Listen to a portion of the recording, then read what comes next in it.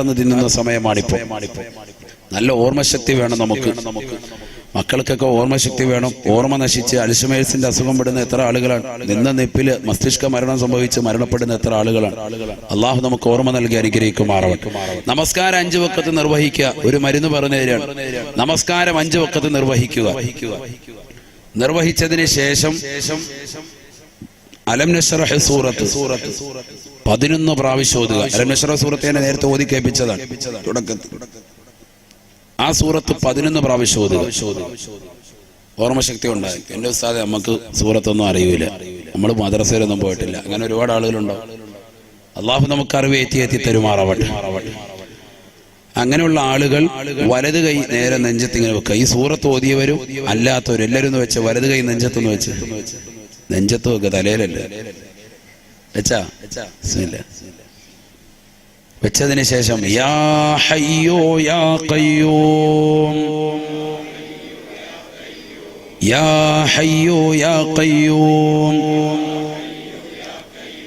യാ ഹയ്യോ യാ ഖയ്യൂം 41 പ്രാവശ്യം. എത്ര പ്രാവശ്യം? 41 പ്രാവശ്യം. ഇത് ചെല്ലിയതിനു ശേഷം കഴിഞ്ഞില്ല, കയ്യോടെ നടക്കല്. എന്നിട്ട് ഒരു ദുആ ഉണ്ട്. ഇത്തിരി ക്ഷമ വേണം, ഓർമ്മ വേണ്ടേ? ഓർമ്മയില്ല, എല്ലാം പോയി. കാരണം നമ്മുടെ മക്കള് നമുക്ക് ഗുളിക തരണമെങ്കിൽ തന്നെ, സുഖമില്ലാതെ കിടക്കുന്ന സമയത്ത് ഗുളിക വേണം തരണമെങ്കിൽ തന്നെ കൃത്യമായി തരണമെങ്കിൽ എന്ത് വേണം? ഓർമ്മ വേണം. മക്കള് മൈൻഡ് ചെയ്യൂല. അങ്ങനത്തെ കാലഘട്ടത്തിലാണ് പോക്ക്. അള്ളാഹു ആത്തിരക്ഷിക്കട്ടെ. അള്ളാഹു നമ്മുടെ മക്കളെ സാലിഹ്യങ്ങൾ ഉൾപ്പെടുത്തട്ടെ. എന്താ കാരണം? വാപ്പാക്ക് ഗുളിക കൊടുത്തില്ലെങ്കിൽ വാപ്പാക്ക് എന്താ ഓർമ്മയില്ല.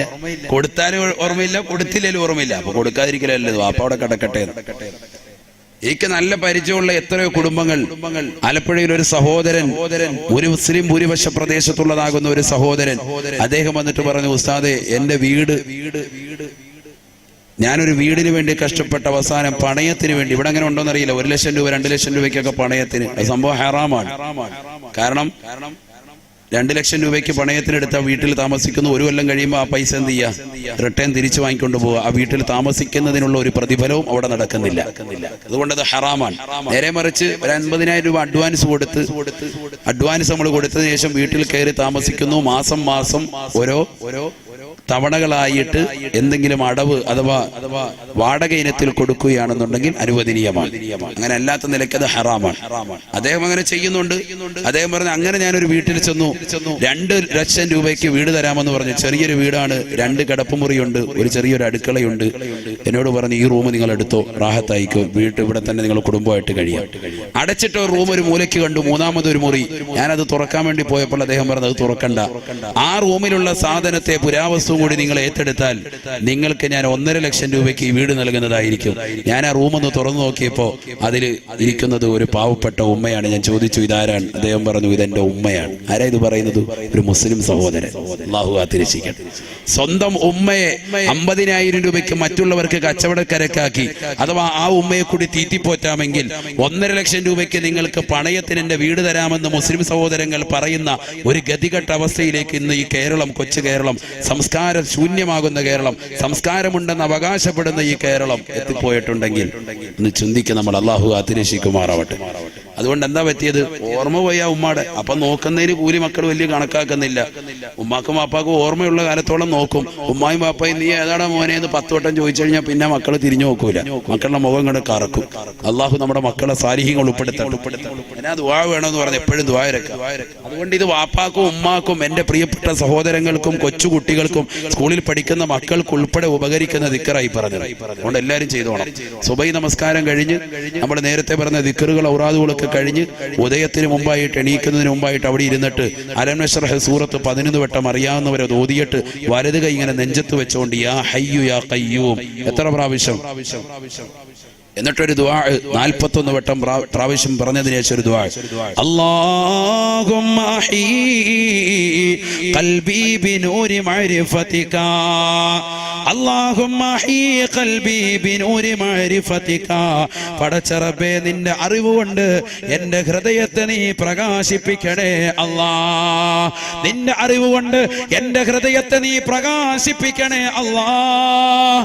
അല്ലാഹുമ്മ അഹീ ഖൽബി ബിനൂരി മഅരിഫതിക. നിന്റെ അറിവ് കൊണ്ട് എന്റെ ഹൃദയത്തെ നീ പ്രകാശിപ്പിക്കണേ അല്ലാ എന്ന് 3 പ്രാവശ്യം പറഞ്ഞുകൊണ്ട് അവന്റെ നെഞ്ചത്തെ കൂതട്ടെ. അവന്റെ നെഞ്ചത്തെ കൂതണം. എങ്ങനെ ഊതണം? ഇസ്ഫി ഇസ്ഫി ഇസ്ഫി എന്ന് പറഞ്ഞു. എങ്ങനെ ഊതണം? ഊതം കൊണ്ട് നെഞ്ചത്തെ കൂത്. ഇത് കാറ്റ് ഫൂ ഫൂ എന്ന് ഊതാ. ഫൂ ഫൂ എന്ന് ഊതിയാൽ പല്ല് കറിച്ച് പറയും. ഇസ്ഫി എന്നാണ് ഊതുന്നത്. ഇതിനൊക്കെ അസിലുണ്ട്, അടിസ്ഥാനമുണ്ട്. ഇസ്ഫി എന്ന് പറഞ്ഞാൽ നമ്മൾ ഉസ്താദ്മാരെ കൊണ്ട് വെള്ളം വന്നിരിച്ചും ചൂരുമാറ്റി നമ്മൾ കയറും. ഇതൊക്കെ തട്ടിപ്പാണ്. എന്ത് ആകെ അവൻ കൊടുക്കുന്നത് 50 രൂപയാണ്. ഉസ്താദ് ഭയങ്കര കാര്യത്തിൽ ഇവനിങ്ങനെ റൗണ്ട് ചെയ്തിരിക്കുക. 10ന്റെ 5 നോട്ട് എടുത്തിട്ട് ഇങ്ങനെ റൗണ്ട് ചെയ്തിട്ട് ഇങ്ങനെ കൊടുക്കുക. പെരുന്നാപ്പൊടിയൊക്കെ ഉസ്താദ്മാർക്ക് കൊടുക്കുന്ന ഈ തരത്തിലാണ്. റൗണ്ട് ചെയ്ത് പിടിച്ചിട്ട് ഇങ്ങനെ കൈ കൊടുക്കുക. ഉസ്താദ് ഇങ്ങനെ കൈക്ക് പിടിച്ചിട്ട് അദ്ദേഹത്തെ പെട്ടെന്ന് പ്രത്യേക മുസാഫത്ത് ചെയ്യും. കാരണം 5000 രൂപ എനിക്ക് തന്ന മനുഷ്യനാണ്. അവസാനം ഇത് പോക്കറ്റിലിട്ട് റൂമിൽ ചെന്നിട്ട് എണ്ണി നോക്കുമ്പോൾ സുബ്ഹാനല്ലാഹ്, ഇതെന്താ സംഭവം? 50 രൂപയേ ഉള്ളൂ. അങ്ങനെ ആ കൂട്ടത്തിൽപ്പെട്ട ഒരു മനുഷ്യനാണ് ഞാൻ. മനസ്സിലാകുന്നുണ്ട്? നമ്മ പ്രശ്നമില്ലല്ലോ. അള്ളാഹു കാത്തിരക്ഷിക്കുമാറാവട്ടെ. സ്നേഹമുള്ള നാട്ടുകാരാണ്, അള്ളാഹു സ്വീകരിക്കുമാറാവട്ടെ. മഹല്ലൊന്നും ഞാൻ പറയുന്നില്ല, അങ്ങനെയൊക്കെ ചെയ്ത ആളുകളുണ്ടേ. നമ്മളങ്ങനെ ചെയ്യുമല്ലോ. എന്ത് ചെയ്യും? ഉസ്താദ്മാർ കൊടുക്കുമ്പോൾ നീ കവറൊക്കെ നമ്മൾ കട്ടിക്ക് 10ന്റെ നോട്ട് അട്ടിക്കിട്ടിട്ട് കവറിനകത്ത് വെച്ച് കൊടുക്കുക. എന്താ ഉസ്താദിനോട് പിടിക്കുമ്പോൾ ഉസ്താദിന് തോന്നുന്നു കനത്തിൽ പെരുന്നാപ്പൊടിയൊക്കെ ഉസ്താദ്മാർ കൊടുക്കുമ്പോൾ ഇങ്ങനെ കൊടുക്കുന്നത്. എന്തിനാ ഇങ്ങനെ കാണിക്കുന്നത്? ഇപ്പൊ 2000 നോട്ടൊക്കെ വളരെ കനം കുറവാണല്ലോ. അപ്പൊ അതുകൊണ്ട് അങ്ങനെ കൊടുത്ത അത്രത്തോളം ഇല്ല. ഉസ്താദിന്റെ കൈ കൊടുക്കുമ്പോൾ ഉസ്താദ് ആ മുസാഫത്തൊന്ന് ശിദ്ദത്താക്കിക്കോട്ടെ. അതിനുവേണ്ടി അള്ളാഹു തൗഫീഖ് നൽകട്ടെ. നമ്മുടെ ഉസ്താദുമാർക്കൊക്കെ അള്ളാഹു ആഫിയത്ത് നൽകട്ടെ. സാമ്പത്തിക ഭദ്രത അള്ളാഹു നൽകി അനുഗ്രഹിക്കട്ടെ.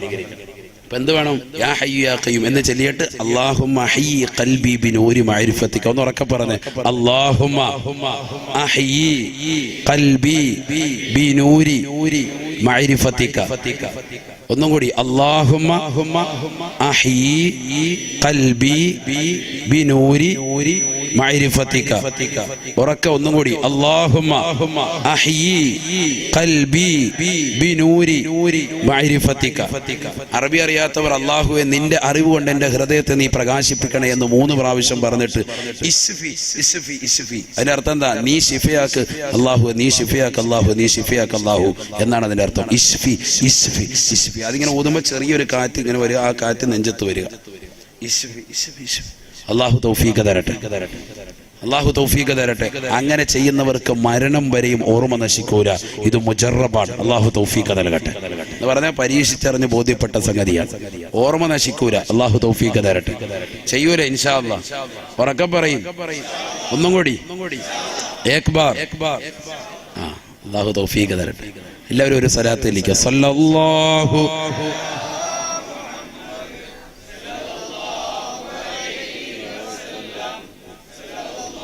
وعلى محمد اللهم صل على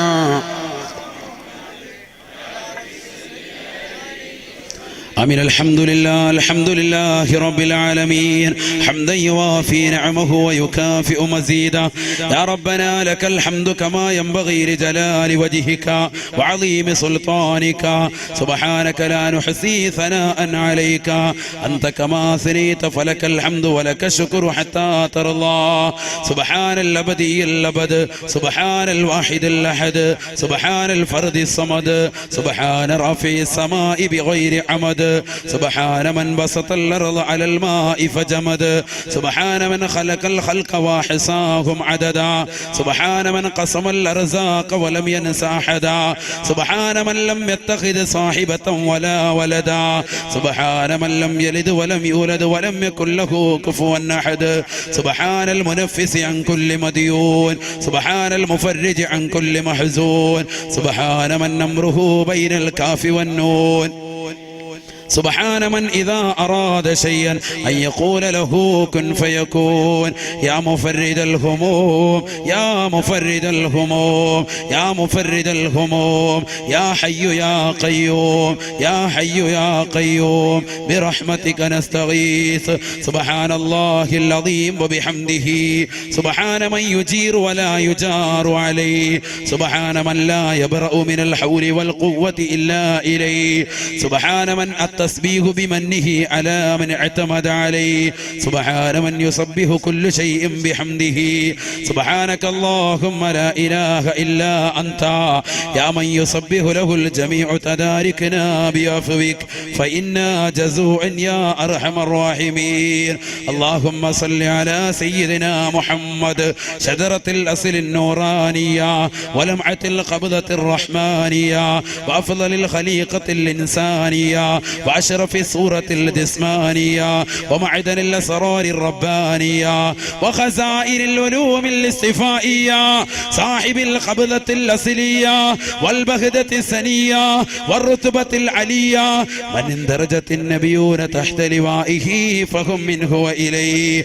وبارك وصل وسلم عليه وعلى آله عدد ما خلقت ورزقت وأمت وأحييت إلى يوم تبعث من أفنيت برحمتك يا الله يا أرحم الراحمين أرحم الراحمين يا الله أرحم الراحمين يا الله وركامين بري مؤمنين أرحم الراحمين يا الله ഞങ്ങളെ നീ സ്വീകരിക്കണേ അല്ലാ ഈ സദസ്സ് കബൂലാക്കണേ അല്ലാ ഇത് സംഘടിപ്പിച്ചതാകുന്ന മാലിക് ബിൻ ദീനാർ ചാരിറ്റബിൾ ട്രസ്റ്റിന്റെ യുവാക്കളെ നീ സ്വീകരിക്കണേ അല്ലാ ഇതിലെ സഹോദരങ്ങളെ സ്വീകരിക്കണേ അല്ലാ ഈ സദസ്സിൽ വന്നു ചേർന്ന ആലിമീങ്ങളെ സ്വീകരിക്കണേ അല്ലാ ഇവിടെ വാദു പറഞ്ഞ ഉസ്താദുമാരെ സ്വീകരിക്കണേ അല്ലാ നേതൃത്വം നൽകുന്ന അസീസ് ഉസ്താദിനെ സ്വീകരിക്കണേ അല്ലാ ചുറ്റുവട്ടത്തുള്ള മഹല്ലിലെ ഇമാമീങ്ങളെ സ്വീകരിക്കണേ അല്ലാ ഈ സദസ്സിൽ വന്നു ചേർന്ന ഉസ്താദുമാരെ സ്വീകരിക്കണേ അല്ലാ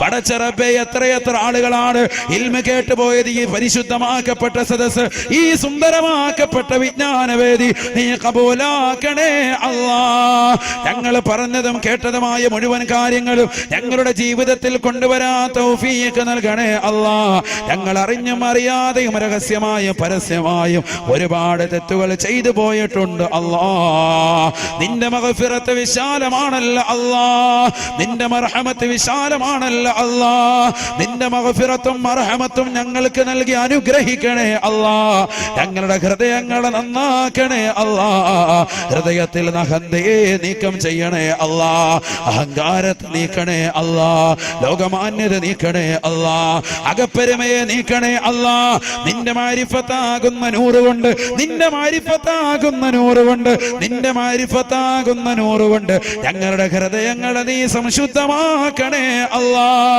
അല്ലാഹുവേ സദസ്സിൽ വന്ന് ചേർന്നവർക്ക് ഒരുപാട് നല്ല നീയത്തുകളുണ്ട് റബ്ബേ ഒരുപാട് ഹൈറായ നല്ല നീയത്തുകളുണ്ട് റബ്ബേ എല്ലാ നീയത്തുകളും നീ സാധൂകരിച്ചു കൊടുക്കണേ അല്ലാ വിഷമങ്ങൾ നീക്കി കൊടുക്കണേ അല്ലാ പ്രയാസങ്ങൾ അകറ്റി കൊടുക്കണേ അല്ലാ അപകടങ്ങളെ തൊട്ട് കാക്കണേ അല്ലാ വിപത്തുകളെ തൊട്ട് കാക്കണേ അല്ലാ കാലവിപത്തുകളെ തൊട്ട് കാത്തിരക്ഷിക്കണേ അല്ലാ പടച്ച റബ്ബേ എത്രയെത്ര ആളുകളാണ് ദുആ കൊണ്ട് വസിയത്ത് ചെയ്തത് മാരകവ്യാധി കൊണ്ട് കഷ്ടപ്പെടുന്നവരുണ്ട് റബ്ബേ പല രോഗങ്ങൾ കൊണ്ട് ബുദ്ധിമുട്ടുന്നവരുണ്ട് അല്ലാ ക്യാൻസർ പോലെയുള്ള മാരകമായ രോഗം കൊണ്ട് ഇന്ന് ഏറ്റവും കൂടുതൽ ബുദ്ധിമുട്ടുന്നത് ഞങ്ങളുടെ കുടുംബമാണ് അല്ലാ നീ പരിപൂർണമായി ശമനം നൽകണേ അല്ലാ നീ ശമനം നൽകണേ അല്ലാ RCCയുടെ വരാന്തയിൽ പോകേണ്ട ഒരു അവസ്ഥ ഞങ്ങൾക്ക് നീ രോഗിയായിട്ട് നൽകരുത് റബ്ബേ രോഗാതുരമാകുന്ന അവസ്ഥയെ തൊട്ട് കാക്കണേ അല്ലാ സീരിയല് സിനിമ ഇത് മാത്രമല്ല അന്യരാകുന്ന പുരുഷന്മാരുമായിട്ടുള്ള ദർശനം പാടില്ല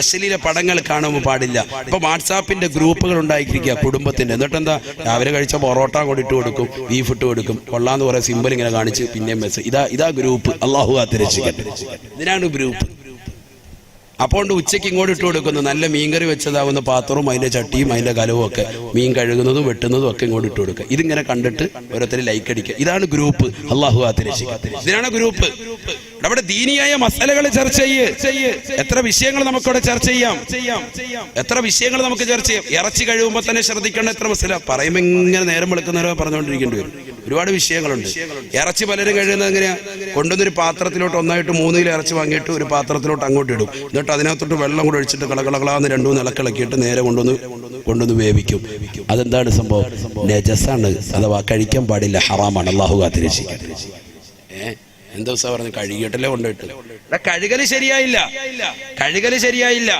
ഓരോ കോട്ടയും കൂടെ എടുത്തിട്ട് അത് കഴുകി നല്ലതുപോലെ ഇളക്കിയതിന് ശേഷം പൈപ്പിന്റെ വെള്ളം നല്ലതുപോലെ തുറന്നു വെച്ചിട്ട് ഇങ്ങനെ പിടിച്ചു കൊടുക്കണം. അപ്പൊ ഫുള്ള് വെള്ളം ഇതിലൂടെ ഊർന്ന് താഴേക്ക് പോകണം. രക്തം നജസാണ്. ഈ രക്തത്തിനുള്ളിൽ നിന്നാണ് അഥവാ വെള്ളത്തോടു കൂടി കലർന്നു കിടക്കുന്ന രക്തത്തിൽ നിന്നാണ് നീ മാംസം കോരി എടുത്തിട്ട് ഇങ്ങോട്ട് ഇടുന്നത്. മനസ്സിലാകുന്നുണ്ടോ? കുക്കറിലോട്ട് ഇടുന്നത്. അപ്പൊ എന്തായി? നജസാണ്. അള്ളാഹു കാത്ത് രക്ഷിക്കട്ടെ. മനസ്സിലാകുന്നുണ്ടോ? അപ്പൊ ഇന്നെങ്കിലും നമുക്ക് ഇറച്ചി വെക്കാൻ പഠിച്ചു ഇന്ന് മുതൽ. അള്ളാഹു തൗഫീഖ് തരട്ടെ. പറഞ്ഞൊരു മസലയാണിത് പറഞ്ഞത്. ഞാനിതൊരു സാധാരണ ഇപ്പൊ ഇങ്ങനെയുള്ള മസലകൾ ചർച്ച ചെയ്യേ.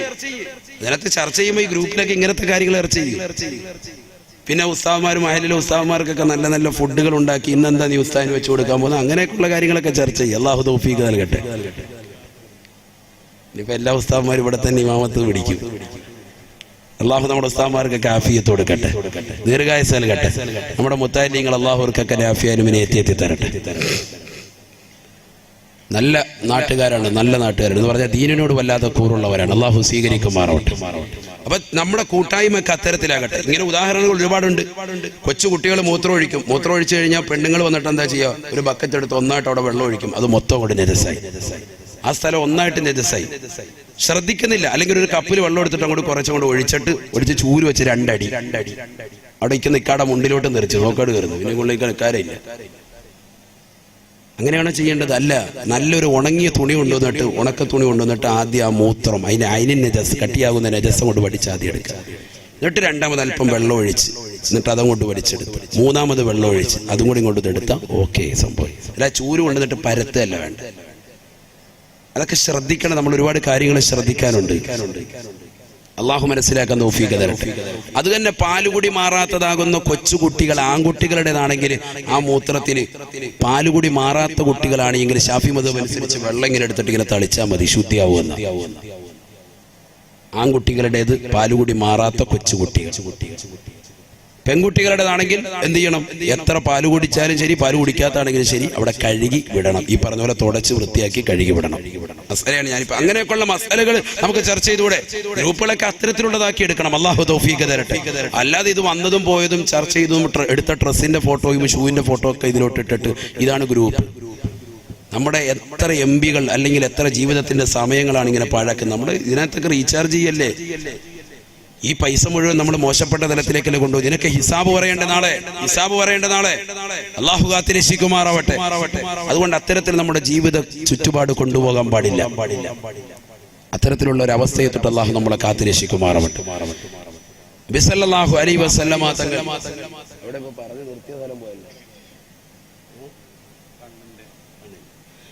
കണ്ണ് സൂക്ഷിക്കുക.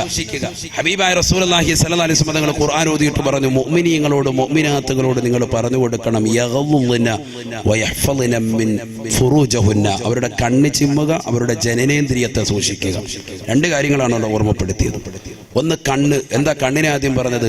കണ്ണിലൂടെയുള്ള നോട്ടത്തിലൂടെയേ അവന്റെ ജനനേന്ദ്രിയത്തിലേക്കുള്ള അവയവങ്ങളുടെ പ്രവർത്തനത്തിലേക്ക് അവന്റെ തലച്ചോറ് എത്തിപ്പെടുകയുള്ളൂ. ഒരു പെണ്ണിനെ കാണുമ്പോഴേ ഉള്ളൂ അവരുടെ സൗഷ്ഠവം, ആകാര സൗഷ്ഠം കാണുമ്പോഴേ ഉള്ളൂ അവളുമായിട്ട് സ്നേഹിക്കണം, പ്രേമിക്കണം, അവളെ ഒന്ന് കാണണം, അവളുമായി ഒന്ന് സംസാരിക്കണം, ഒറ്റയ്ക്കിരിക്കണം എന്നൊക്കെ ഉള്ള ചിന്ത മനസ്സിലേക്ക് വരുന്നത് എപ്പോഴാണ്?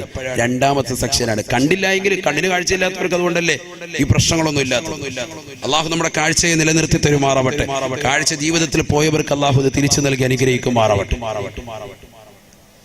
അപ്പൊ അതുകൊണ്ട് വലിയൊരു വിഷയമാണ്. നബി സല്ലല്ലാഹു അലൈഹി വസല്ലം തങ്ങൾ പറഞ്ഞു, നിന്റെ കണ്ണ് നീ സൂക്ഷിക്കണേ, കണ്ണ് സൂക്ഷിച്ചാൽ നീ രക്ഷപ്പെട്ടു, നരകത്തെ തൊട്ട് നീ കാക്കപ്പെട്ടു എന്ന് മുഹമ്മദ് റസൂലുള്ളാഹി. ഞങ്ങൾക്ക് കേട്ടോ രണ്ടാമത്തെ ഒരു ഹദീസ്. ഖാല റസൂലുള്ളാഹി സ്വല്ലല്ലാഹു അലൈഹി വസല്ലം, മൻ മലഅ ഐനഹു ബിൽ ഹറാം മലഅ അല്ലാഹു ഐനഹു ബിമസാമീരിൻ മിൻ നാർ. ഈ ഹദീസ് ദഈഫാണെന്ന അഭിപ്രായമുണ്ടെങ്കിലും ഇത് നിങ്ങൾക്ക് ഭയപ്പാടിന് വേണ്ടി പറയാം, തർഹീബിന് വേണ്ടി പറയാം. എന്താണ് സംഭവം?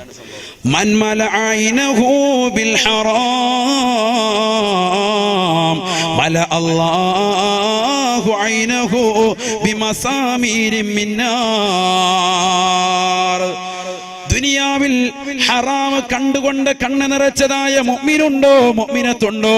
സീരിയൽ കണ്ടുകൊണ്ടും സിനിമ കണ്ടുകൊണ്ടും അശ്ലീലമാകുന്ന സിനിമാ ഗാനങ്ങൾ കണ്ടുകൊണ്ടും സമയങ്ങളെ ചെലവഴിച്ചവരുണ്ടോ?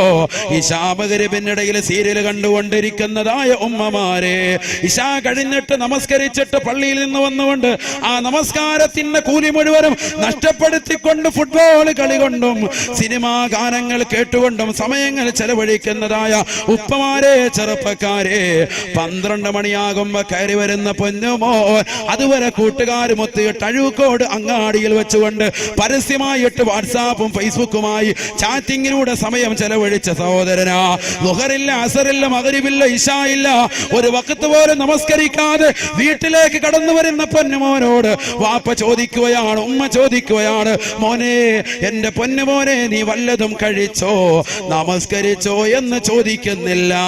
നീ എന്തേ നമസ്കരിക്കാനത്? എന്തേ നിന്നെ പള്ളിയിൽ കണ്ടല്ലോ, പള്ളിയിൽ കണ്ടില്ലല്ലോ എന്ന് വാപ്പ ചോദിക്കുന്നില്ല.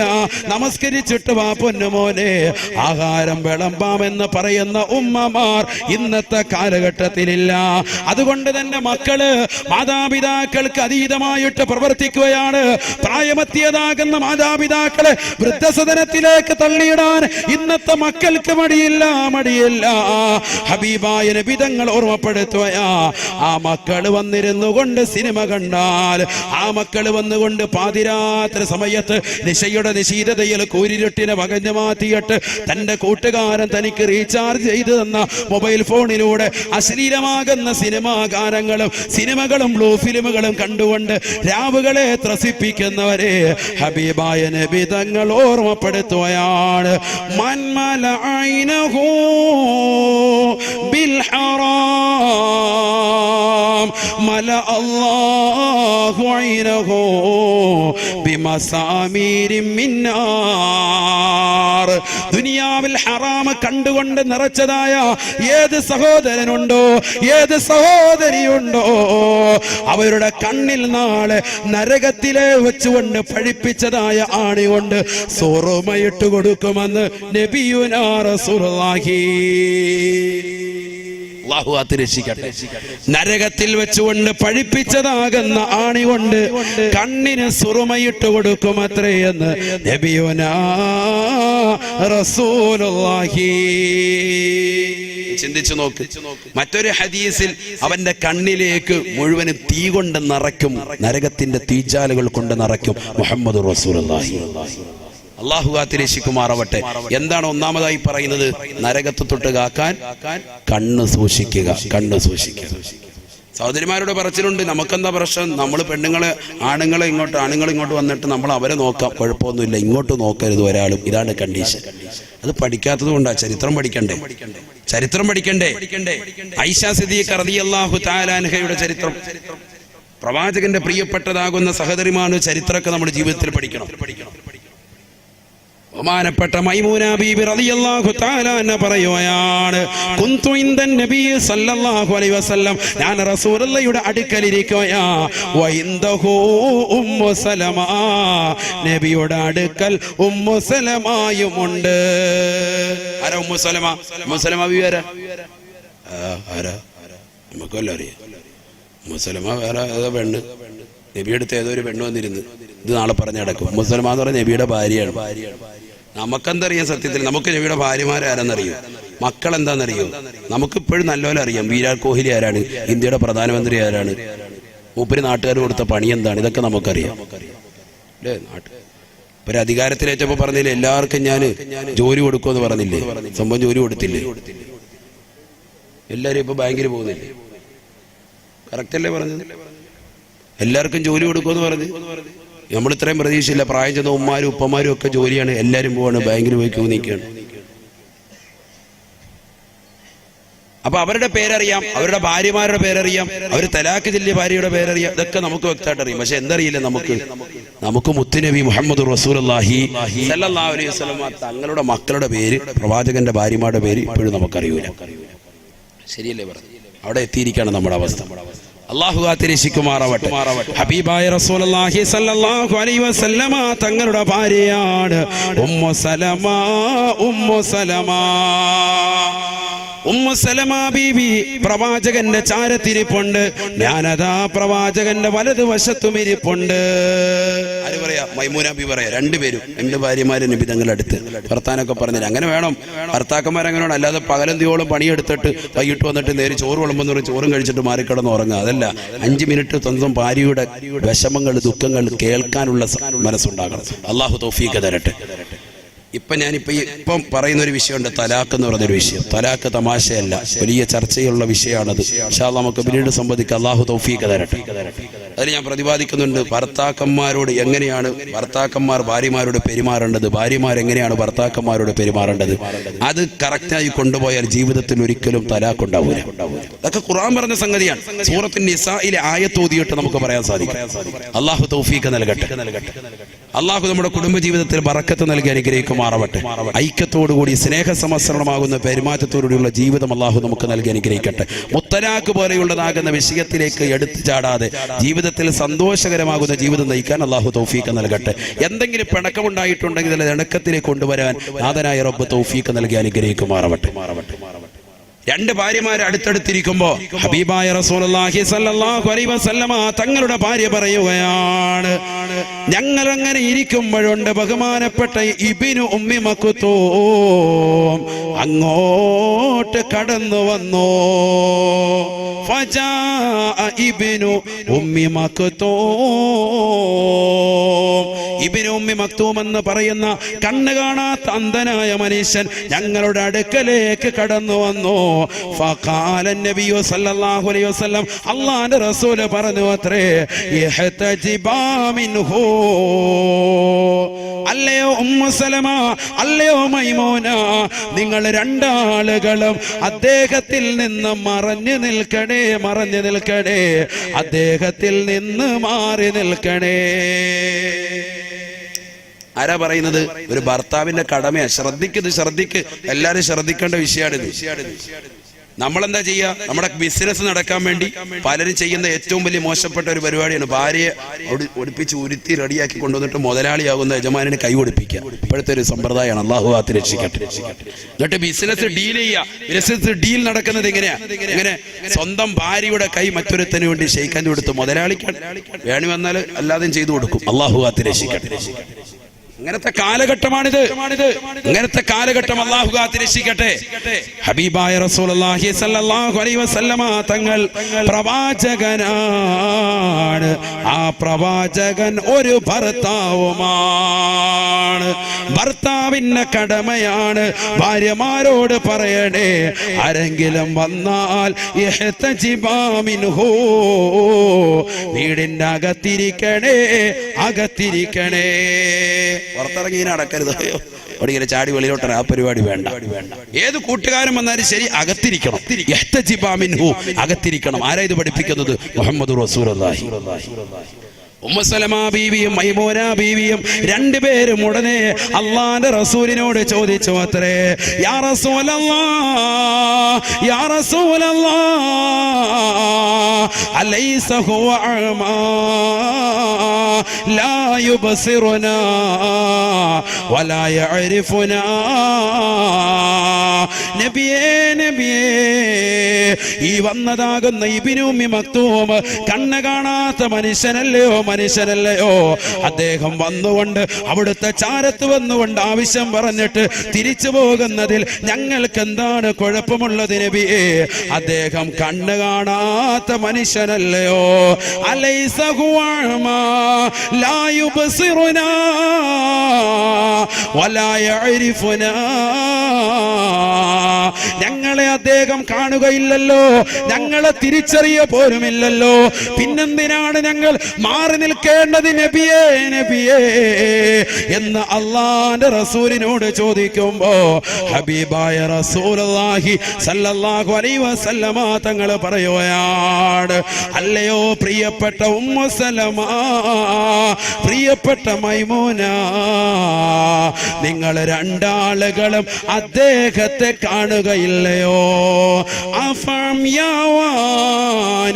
അന്തുമാ അലസ്തുമാ തുബ്സിറാനിഹി. അല്ലയോ ഉമ്മു സലമ, അല്ലയോ മൈമൂന, നിങ്ങൾ ചോദിച്ച ചോദ്യം നല്ലതാണ്, സമുദായത്തിന് മനസ്സിലാക്കാൻ ഉപകരിക്കുന്നതാ.